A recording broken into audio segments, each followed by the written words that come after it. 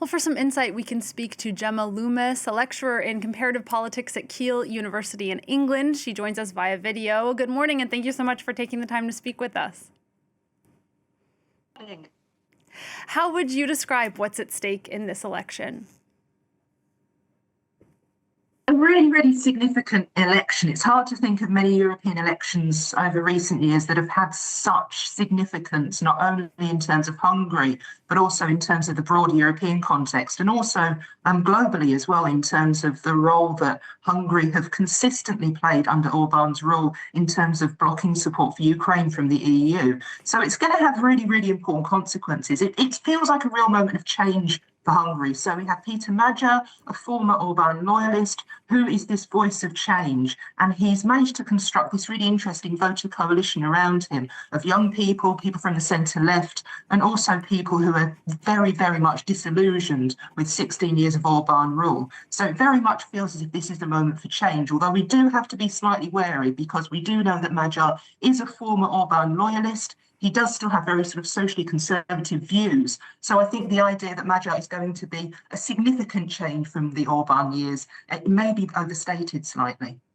Yeah, there's also the fact that this vote hasn't actually taken place yet, despite, all these expectations that this could be the end of the Orban era. Do polls tend to be reliable in Hungary?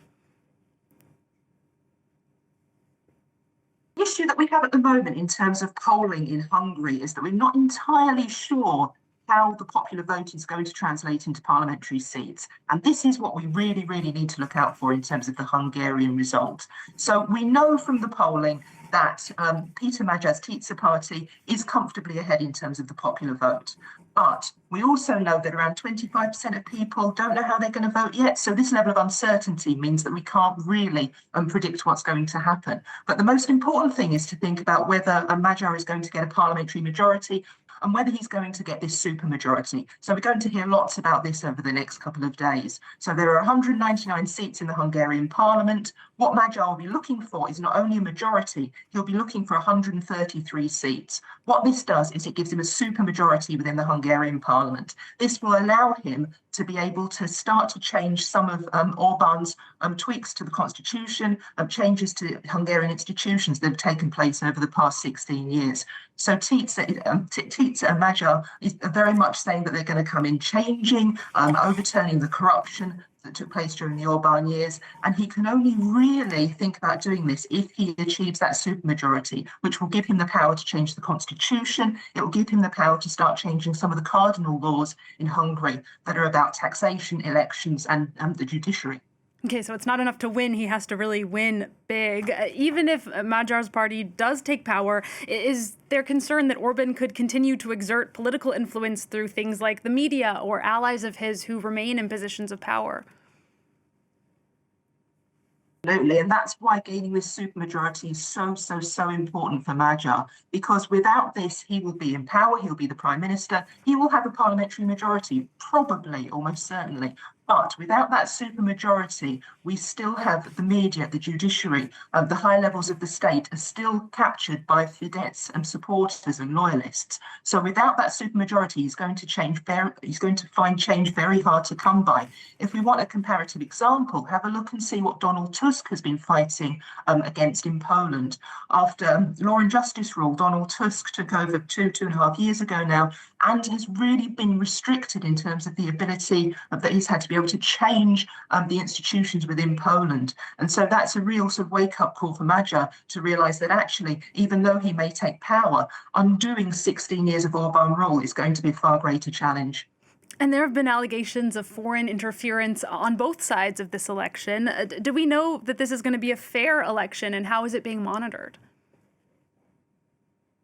It will be monitored. We're working on the assumption that it's going to be a fair election, but we also have issues as far as the Hungarian electoral system is concerned. We know that Orban has been tweaking various electoral laws throughout his time in power, and particularly in terms of this election. So there are particular concerns around voter registration of Hungarians living abroad in terms of their ability to be able to vote in the election, and also concerns around redistricting that's taken place in terms of the Hungarian electoral system as well. So it will be subject to standard sort of international election observation. We're hoping that it's going to be a fair election, But in terms of the tweaking to the electoral laws that have taken place, that there might be significant consequences. Again, in terms of the way that Hungarian electoral system translates the popular vote into seats, there is still a chance that potentially Magyar may win the popular vote, but may not actually win a parliamentary majority, precisely because of the way in which the electoral laws have been constructed in Hungary under Orban. And as we've mentioned, Magyar himself used to be part of Orban's party. Are they really that different? A really interesting question, and we're only going to find out if Magyar comes to power. So Magyar is a former loyalist. He split with Fidesz quite spectacularly in the early months of 2024, saying that he was sick and tired of the corruption within Fidesz, that he'd seen what was going on within the party. And so since then, he's positioned himself very cleverly as the change candidate. So in terms of his own views, we know that he's very socially conservative. We know that, for example, and we're not sure on his views in terms of LGBTQ plus issues, but we do know that he has strong views on immigration that may, for example, place him even further to the right than Orban. So we do know that he has quite similar views in terms of many aspects to Orban, but it's this hope for change. And this is something that the people of Hungary are really latching onto. The EU are latching onto as well. Brussels will absolutely be hoping that Orban falls from power and that Magyar takes over. And very much hoping that it's a new start for Hungary. So although there may not be too many differences between the leaders in terms of their ideological positions, this hope for change is something that we're really seeing at the moment in terms of the election campaign. And if Orban does lose today, what will have been the main reason? What's made voters become perhaps disenchanted with him after 16 years? 16 years in power is a long time for any leader. And I think the level of disillusionment has grown significantly over the past 2 or 3 years. There have been sort of quite public allegations of corruption against Orban, and also as well the economic situation in Hungary as well, and obviously in terms of many countries in Europe as well. So we've seen economic stagnation, we've seen soaring living costs, and also obviously the enrichment of these oligarchs that are close to the government, which have particularly angered voters, I think. So it feels as if it's time for a change after 16 years. It feels as if the government's stagnating in Hungary. And we can see from the rallies and the support that Magyar has been gaining in his numerous tours around the country, that there really is this upswelling of support, that it's simply time for a change. And again, we can see this in the voter coalition that Magyar is building, because it's not only those from the centre-left and young people, it's those that are disillusioned with Fidesz as well, so traditional Fidesz supporters that are just saying, actually, you know what, it is time to do things differently. It's time for a change. And Orban's far-right allies around the world, like U.S. President Donald Trump, have been doing everything they can to help boost him ahead of this election. What would a loss for Orban mean for them?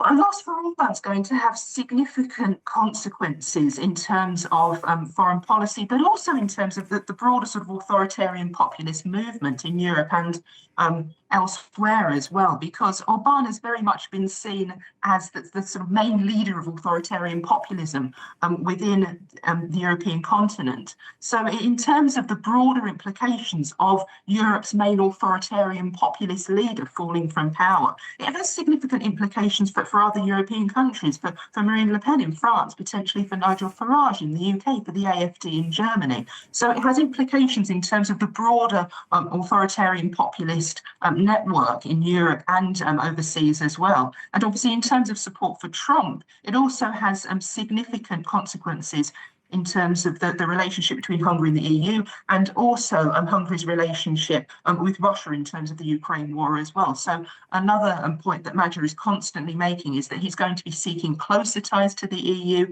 This is mainly in terms of trying to unfreeze these 18 billion euros of funds that the EU is currently frozen. But it may also reshape the relationship between Hungary and the EU in terms of support for Ukraine. So Magyar has come out and said that he's going to try and distance himself from Russia, be more supportive of Ukraine. So an Orban loss would actually see some quite significant geopolitical changes as well. All right, it's going to be very interesting to see what happens. Gemma Loomes, thank you again so much for your analysis this morning. That's Gemma Loomes, a lecturer in comparative politics at Keele University in England.